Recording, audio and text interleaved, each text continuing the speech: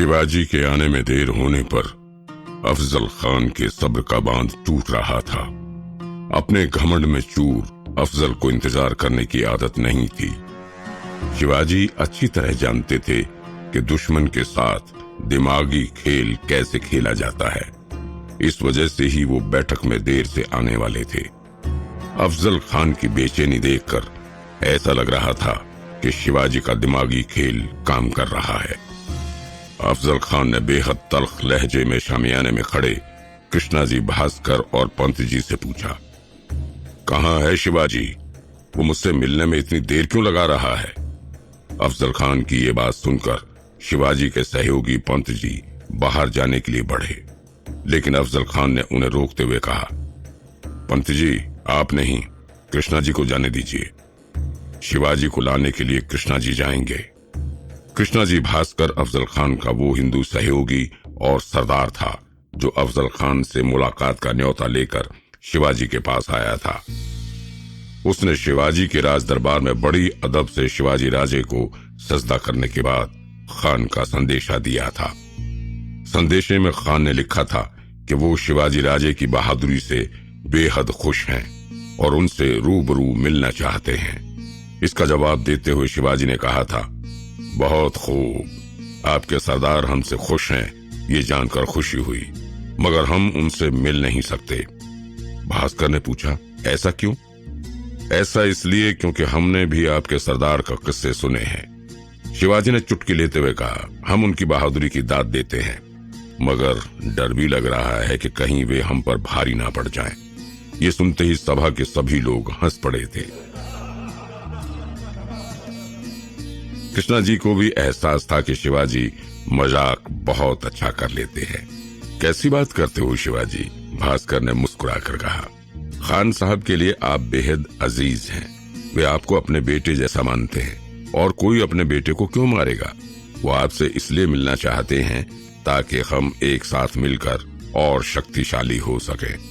शिवाजी ने भास्कर की बातों में खान के विचार सुन लिए और कहा, हम आपसे मिलकर काम करना पसंद करेंगे, लेकिन हमारी एक गुजारिश है कि खान साहब अगर हमारे यहाँ मेहमान बनकर हमें उनकी खिदमत करने का मौका दें तो हम बेहद खुश होंगे। ठीक है, भास्कर ने कहा, हम आपका संदेशा खान साहब को जरूर दे देंगे। शिवाजी ने कहा, और हाँ कृष्णा जी, उनसे एक और विनती है, और वो ये है कि हमारी और उनकी मुलाकात प्रतापगढ़ की शाही छावनी में होगी, मगर वो भी अकेले और निशस्त्र। कृष्णा जी समझ चुके थे कि शिवाजी के दिमाग के आगे कोई पैंतरा काम नहीं आएगा, इसलिए कृष्णा जी मुस्कुराते हुए कहने लगे, ठीक है राजे, हम आपको खान साहब के जवाब का संदेश भेज देंगे। आज उसी प्रतापगढ़ की शाही छावनी में अफजल खान और शिवाजी की मुलाकात अब से थोड़ी ही देर बाद होने वाली थी। अफजल खान शिवाजी की उस शाही छावनी पर पहले से ही मुग्ध था, लेकिन असल में अफजल खान भी शामियाने में अकेले होने से डर रहा था। हालांकि उसके साथ उसका अंगरक्षक सैयद बंडा मौजूद था, लेकिन फिर भी किसी भी तरह की संभावना को नकारा नहीं जा सकता है। अफजल खान के चेहरे पर चिंता की लकीरें सैयद बंडा साफ देख पा रहा था। सरदार, ये शिवाजी छोटा मोटा सूबेदार है, आप बेफिक्र हो जाइए, सैयद ने कहा। अफजल को लगा जैसे उसकी कोई चोरी पकड़ी गई है। उसने सफाई में कहा, अब हमें किस बात की फिक्र है? हम तो पत्थर को मसल कर चूर कर दें, ये शिवाजी क्या चीज है, हमें कोई फिक्र नहीं। अफजल के शब्द और चेहरे के भाव मेल नहीं खा रहे थे। वो तुरंत फिर से बोल पड़ा, पर हमने सुना है वो बहुत चालाक है, इसलिए तुम भी शामियाने में हमारे साथ रहना। ये कह के अफजल पास रखी कुर्सी पर बैठ गया। सैयद बंडा ने तुरंत कहा, जैसा हुकुम सरदार। इधर कृष्णा जी भास्कर शिवाजी को लेने शामियाने से बाहर निकले। शिवाजी भी शामियाने के अंदर जाने ही वाले थे कि उन्होंने कृष्णा जी से पूछा, अंदर कौन कौन है? अफजल खान और सैयद बंडा, कृष्णा जी ने जवाब दिया। शिवाजी ने कहा, कृष्णा जी भास्कर, हमारा तो अकेले मिलना तय हुआ था, फिर सैयद बंडा अंदर क्या कर रहे हैं? कहीं सरदार को अकेले मिलने में डर तो नहीं लग रहा है? कृष्णा जी भास्कर ने पासा पलटता हुआ देख तो शिवाजी से कहा, अगर ऐसी बात है शिवाजी, तो मैं सैयद बंडा को भी शामियाने से तुरंत बाहर भेजता हूँ। ये कहकर कृष्णा जी शामियाने के अंदर चले गए। सरदार शिवाजी बाहर खड़े हैं। कृष्णा जी ने अफजल को सूचना दी। अफजल फुदक के कुर्सी से खड़ा हो गया और जैसे कुछ चूहा उसके पास से गुजर गया हो। कहाँ है शिवाजी? अंदर क्यों नहीं आ रहा? डर रहा है क्या? अफजल की बनावटी हंसी का साथ देना उसके गुर्गों का काम था, इसलिए सैयद बंडा और कृष्णा जी भी उसका साथ देने के लिए हंसे। फिर कृष्णा जी ने कहा, शायद डर रहा है सरदार, इसलिए उन्होंने कहा है कि वो अकेले में मिलेंगे। सैयद बंडा को बाहर आना होगा। ये सुनते ही अफजल के चेहरे से वो बनावटी हंसी ऐसे उड़ गई जैसे गधे के सर से सींग, पर वो अपने मन की हालत सबके सामने जाहिर नहीं करना चाहता था, इसलिए झट से बोला, हाँ हाँ जाओ सैयद बंडा, उसके लिए मैं अकेले ही काफी हूँ। सरदार के हुक्म की फरमानी करते हुए बंडा शामियाने के बाहर जाने को राजी हो गया। इसके बाद शिवाजी के सहयोगी पंत जी सैयद बंडा को लेकर शामियाने से बाहर की ओर निकले और सैयद बंडा को शामियाने से दूर कर दिया गया।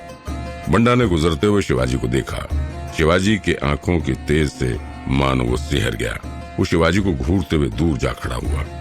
शिवाजी ने तब अपने अंगरक्षक और बेहद ही विश्वसनीय सहयोगी जीवाजी महाला को कहा, जीवाजी, मुझे इस बंडा की आंखों में चालाकी नजर आ रही है। जब तक अफजल से हमारी बैठक खत्म ना हो, आप इस पर पैनी नजर रखना। वे जानते थे कि किसी भी तरह की असावधानी उनके ऊपर भारी पड़ सकती है। जय मां भवानी। शामियाने में अंदर जाने से पहले शिवाजी ने मां भवानी का स्मरण किया और शामियाने के अंदर प्रवेश किया।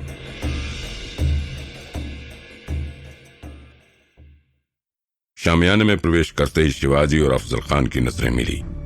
शिवाजी के चेहरे का तेज और आंखों में जुनून देखकर अफजल खान मानो हिल सा गया।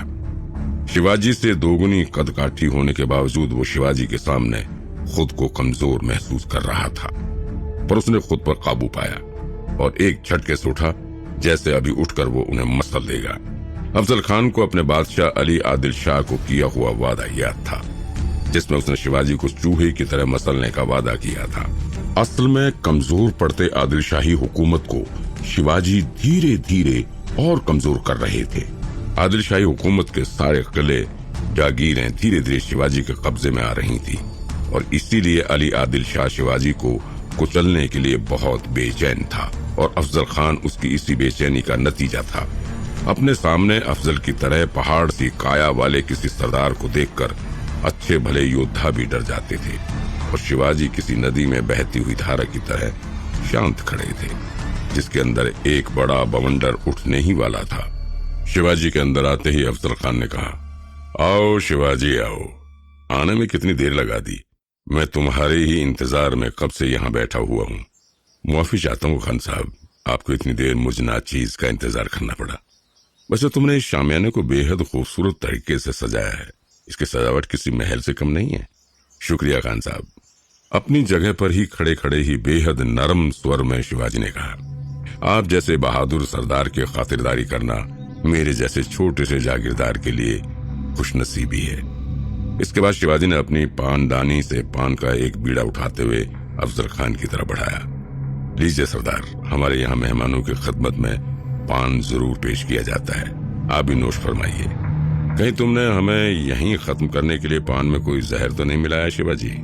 अफजल खान ने मुस्कुराते हुए कहा, अरे खान साहब, आप हम पर शक कर रहे हैं। आप तो हमारे काका जैसे हैं, आपके साथ में ऐसा कैसे कर सकता हूँ? और वैसे भी अब तो आपने हमें अपना मित्र बना लिया है और मित्रता में विश्वासघात नहीं किया करते हैं। सही बात कही तुमने शिवाजी। ये सुनकर शिवाजी ने पान का एक टुकड़ा चखकर अफजल खान को आश्वासन दिया कि इसमें जहर नहीं है। शिवाजी की मां जीजाबाई ने वो पान शिवाजी के लिए लगाया था। पान खाते ही शिवाजी को मां जीजाबाई के किए वादे की याद आई। शिवाजी ने मां साहब से वादा किया था, अगर इस बात का कोई पुख्ता साक्ष्य मिल गया कि शंभू महाराज यानी कि उनके बड़े भाई की मृत्यु के पीछे अफजल खान का हाथ था, तो वे उसका सर धड़ से अलग कर देंगे। कुछ ही दिन पहले उन्हें अपने एक गुप्तचर से इस बात की पुष्टि मिली थी कि दादा महाराज की मृत्यु के पीछे अफजल खान का ही हाथ था।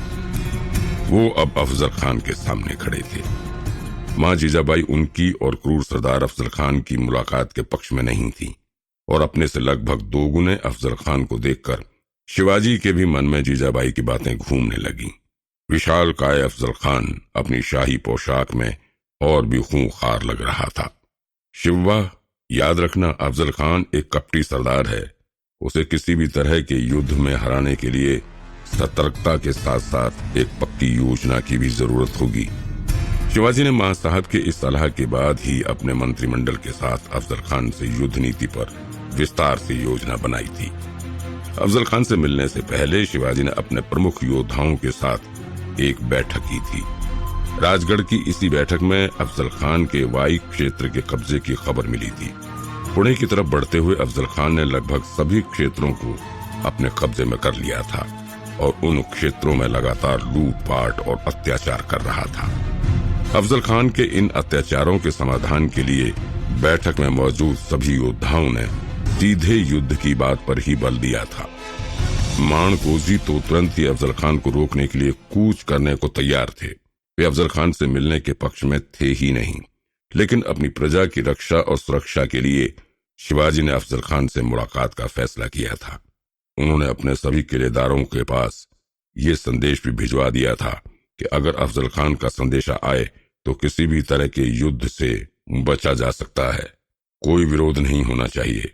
याद रहे, प्रजा का कोई नुकसान नहीं होना चाहिए। अगर प्रजा ही ना रही तो फिर स्वराज का क्या होगा? अरे, किस सोच में पड़ गए शिवाजी?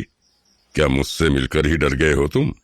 अफजल खान ने अहंकार भरे स्वर में पूछा। नहीं सरदार, मैंने तो बस आपके दिलदारी का किस्से सुने थे। आज आपको सामने से देखकर विश्वास नहीं हो रहा है कि आप मेरे सामने ही खड़े हैं, शिवाजी ने कहा। हाँ, दिलदार तो मैं हूं ही, इसीलिए तो तुम्हें माफ किया और मुलाकात मुकर्रर करके तुमसे मिलने प्रतापगढ़ तक आ गया। दिलदार, हालांकि शिवाजी ने अफजल खान को शातिराना तरीके से दिलदार तो कहा था, लेकिन उनका खून अंदर ही अंदर उसे देखकर खौल रहा था। उनकी आंखों के सामने वो मंजर घूम गया जब तुलजापुर में उनकी कुलदेवी का मंदिर उसने तोड़ दिया था और उस मंदिर के सामने खुद अपने हाथों से गाय काट कर फेंकी थी। यही नहीं, बीजापुर से पुणे आते हुए जितने भी प्रांत रास्ते में आए, उन सभी में उसने तबाही फैलाई थी। किसी गांव में गाय काट के फेंक देता तो कहीं पर कोई अगर उसके खिलाफ जुबान भी खोलता तो उसे जिंदा जला देता। तुलजापुर में उनकी कुलदेवी का मंदिर मां तुलजा भवानी को तो उसने नष्ट ही कर दिया था। इसके बाद वो पंढरपुर पहुंचकर तबाही फैला रहा था। हालांकि इन सब घटनाओं की खबर तो उन्हें पहुंचती रहती थी, लेकिन उन्होंने चुपचाप बेहद समझदारी से काम लिया। वे जानते थे कि अफजल खान ये सब उत्पात सिर्फ उन्हें उकसाने के लिए फैला रहा है। वे नहीं चाहते थे कि उनके योद्धा अफजल खान की सेना से आमने सामने की लड़ाई लड़े। आमने सामने की लड़ाई में जहां नुकसान होने के खतरे भी ज्यादा थे, बल्कि इस बात का भी खतरा था कि प्रजा को भी नुकसान ज्यादा पहुंचेगा। इन्हीं सब बातों का ख्याल रखते हुए ही उन्होंने अफजल खान से मुलाकात की योजना बनाई थी। शांत खड़े शिवाजी का ध्यान अपनी तरफ खींचते हुए अफजल खान ने शिवाजी से कहा, क्या हुआ शिवाजी, किस सोच में पड़ गए हो तुम? खैर छोड़ो, बहादुर तो तुम भी कम नहीं हो शिवाजी। मैंने तुम्हारे चर्चे बहुत सुने हैं, मगर तुम्हारे फायदे के लिए एक सलाह देता हूं। तुम जब तक आदिलशाही सल्तनत का साथ नहीं देते हो, तुम्हारी ये बहादुरी किसी काम की नहीं है। इतने शातिर होकर भी तुमने आदिलशाही किलों पर कब्जा करके बेवकूफी का काम किया है। तुमने आदिलशाही सल्तनत से युद्ध करके अच्छा नहीं किया है। अब खुद ही गौर करो, अपनी इस बेवकूफी और अभिमान की वजह से ही तुम आज सल्तनत के दुश्मन हो और भागे भागे फिर रहे हो। शिवाजी ने कहा, हाँ हुजूर, हम जानते हैं कि हमने बड़ी गलती कर दी है। हम भूल गए थे कि हाथी जैसे विशाल आदिलशाही साम्राज्य के सामने हम चींटी की तरह हैं। अब हमें अपनी गलती का एहसास हो गया है। हम अपनी गलती की माफी मांगना चाहते हैं और आपकी शरण में आना चाहते हैं। आखिर ये हुई ना बात, तुमने आदिलशाही साम्राज्य के तले आने का फैसला करके एक बुद्धिमान योद्धा होने का सबूत दिया है। आओ अब इस दुश्मनी को खत्म करते हैं। तुम अपने सारे किले मुझे सौंप दो। आओ गले मिलकर इस दोस्ती का आगाज करते हैं। ये कहता वो अफजल खान आगे बढ़ा। विशालकाय अफजल खान गले मिलने के लिए शिवाजी की तरफ अपने हाथ फैलाए हुए बढ़ा, लेकिन जैसे ही शिवाजी उससे गले मिले, अफजल खान ने शिवाजी के सर को बाएं हाथ से बुरी तरह से दबोच लिया। अफजल खान शिवाजी से लगभग दोगुनी कद काठी का था और अफजल खान के कंधे तक ही शिवाजी का सर पहुंच सकता था। इसी बात का फायदा उठाकर अफजल खान ने शिवाजी को जकड़ लिया। अफजल खान ने इतनी बेरहमी के साथ शिवाजी की गर्दन को दबोचा कि सांस लेने की परेशानी से शिवाजी को कुछ भी सूझना बंद हो गया। अब अफजल खान ने अपनी पोशाक में छिपाया हुआ खंजर निकाला और शिवाजी की पीठ पर पूरी शक्ति के साथ वार कर दिया। लेकिन ये क्या, अफजल खान का वार पूरी तरह से नाकाम हो गया। असल में शिवाजी ने अपनी शाही पोशाक के भीतर बख्तर पहना हुआ था। अब अफजल खान शिवाजी की चालाकी को समझ चुका था और हड़बड़ी में उसने शिवाजी की गर्दन को और कस के पकड़ लिया ताकि शिवाजी सांस बिल्कुल ना ले पाए। इसी हड़बड़ी का फायदा उठाकर शिवाजी ने अफजल खान पर अपने गुप्त हथियार बाघ नख से वार किया और बाघ नख अफजल खान की पीठ के भीतर घुसा दिया। दर्द से तड़पते हुए अफजल खान शिवाजी को कोसने लगा। काफिर धोखेबाज, अफजल खान चिल्लाया, मुझे इस बात का अंदाजा था कि तू जरूर कोई चाल चलेगा, लेकिन वार वो भी गुप्त हथियार से। अब मैं तुझे छोड़ूंगा नहीं। बाघ नख के इस्तेमाल की योजना शिवाजी ने बेहद सोच समझ कर बनाई थी। चूंकि अफजल खान जैसे खतरनाक और चालाक सरदार से बिना किसी हथियार के मिलना एक तरह से मौत को दावत देना ही था। इस बात को लेकर राजे के सारे मंत्रीगण चिंतित थे। राजे, आप अफजल खान से मिलने ऐसे नहीं जा सकते। उसकी तो बाजुएं भी शस्त्र से कम नहीं, तो मुलाकात निशस्त्र कैसे हो सकती है? तानाजी ने चिंतित होकर राजे से कहा। राजे मुस्कुराए और तानाजी के कंधे पर हाथ रखते हुए कहा, हमें मालूम है तानाजी, तुम चिंता ना करो। उस धूर्त से किसी विश्वास की उम्मीद नहीं कर रहा मैं, इसलिए मैंने उससे मिलने के लिए एक खास हथियार का प्रबंध किया है। ये कहते हुए शिवाजी ने अपनी मुट्ठियां खोली और सभी मंत्रीगण देखकर चौंक गए कि बाहर से देखने पर कीमती अंगूठियों जैसी दिखने वाली चीज दरअसल बाघ नख को पहनने वाला हिस्सा है। सभी के चेहरे पर मुस्कान छा गई। तानाजी ने तुरंत सर झुकाते हुए कहा, राजे, आपके दिमाग का लोहा तो सारी दुनिया मानती है, पर मित्र का दिल तो मित्र की चिंता करेगा ही ना। तब शिवाजी ने तानाजी को गले लगाते हुए कहा, तानाजी, सिर्फ आप लोगों की मित्रता और प्रजा की भावनाओं की कदर करने के लिए मैं कोई खतरा मोल नहीं लूंगा। आप हमारे लिए एक बख्तर का भी इंतजाम कर दीजिए। ये सुनकर सभी के चेहरे पर मुस्कान छा गई। शिवाजी ने अपने कुर्ते के भीतर बख्तर पहना और अपने खास हथियार बाघ नख को पहनकर अफजल खान से मिलने निकल पड़े। शिवाजी का वही बाघ नख अफजल खान की पीठ में अंदर तक घुस चुका था, जिससे अफजल खान का खून बहने लगा। इस तरह के अचानक होने वाले किसी वार के लिए अफजल खान तैयार नहीं था। वो गुस्से में शिवाजी को कस के जकड़ने लगा। राजे ने उन चारों नाखूनों को अफजल खान की पीठ पर घुसा दिया। खान की पीठ से खून बहने लगा और उसका गुस्सा भड़क उठा। वो शिवाजी को और कस के जकड़ने लगा, लेकिन शिवाजी विकम नहीं थे। उन्होंने अपने दोनों हाथों से वार किया और हर हर महादेव का नारा लगाते हुए अफजल खान की पूरी पीठ चीर दी। खान दर्द के मारे तिलमिलाते हुए चिल्लाने लगा, या अल्लाह बचाओ। इस अचानक से हुए हमले के लिए ना तो अफजल खान तैयार था, ना ही उसे इस बात का अंदाजा था कि उसके 8 फुट के शरीर पर शिवाजी भारी पड़ सकते हैं। शिवाजी अफजल खान को वैसे ही छोड़कर तुरंत शामियाने से बाहर निकल गए। मराठा सेना अफजल खान की सेना को पूरी तरह से कुचलने के लिए अब तैयार थी। वो अब बस संकेत का इंतजार कर रही थी। इतने में घायल अफजल खान शामियाने से बाहर निकला और कृष्णाजी भास्कर की तलवार लेकर शिवाजी पर हमला कर दिया। इस हमले के लिए शिवाजी बिल्कुल तैयार नहीं थे, लेकिन इसके बावजूद उनके माथे पर हल्की खरोंच आ गई। इसके बाद तुरंत संभलते हुए शिवाजी ने एक बार में ही अफजल खान का काम तमाम कर दिया।